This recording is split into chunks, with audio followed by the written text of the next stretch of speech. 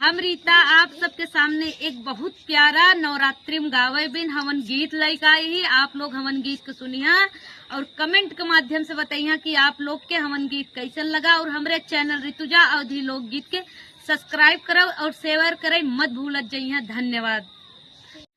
गोकुला में भीड़ भई भारी हवन करे कृष्ण मुरारी। गोकुला में भीड़ भई भारी हवन करे कृष्ण मुरारी। मैया यशोदा हो अंगना लिपावई।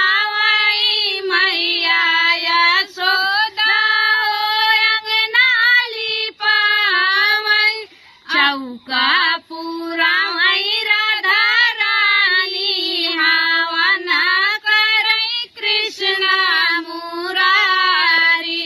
चौका पुरावई राधा रानी हवन करे कृष्ण मुरारी। गोकुला में भीड़ भई भारी हवन करे कृष्ण मुरारी। नंदी बाबा लई फल फूल नारियल। नंदी बाबा लई फल फूल नारियल। कलसा भरवई राधा प्यारी हवन करे कृष्ण मुरारी। कलसा भरवई राधा प्यारी हवन करे कृष्ण मुरारी। गोकुला में भीड़ भई भारी हवन करे कृष्ण मुरारी। चंदन के लकड़ी बलदाऊ लैया मई। चंदन के लकड़ी बलदाऊ लैया मई। घियना लैया मई राधा रानी हवन करे कृष्ण मुरारी। घियना लैया मई राधा प्यारी हवन करे कृष्ण मुरारी। गोकुला में भीड़ भई भारी हवन करे कृष्ण मुरारी।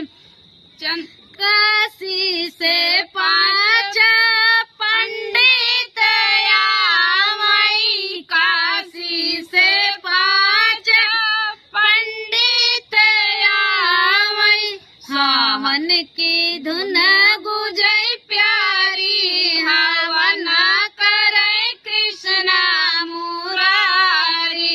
हवन के धुन गुजई प्यारी हवन करे कृष्ण मुरारी।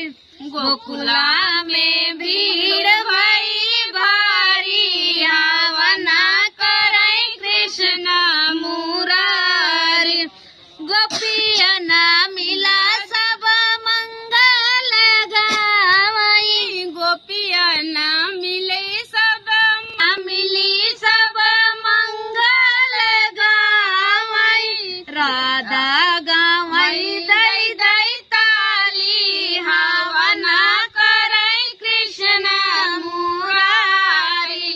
राधा गावई दई दई ताली हवन करे कृष्ण मुरारी। गोकुला में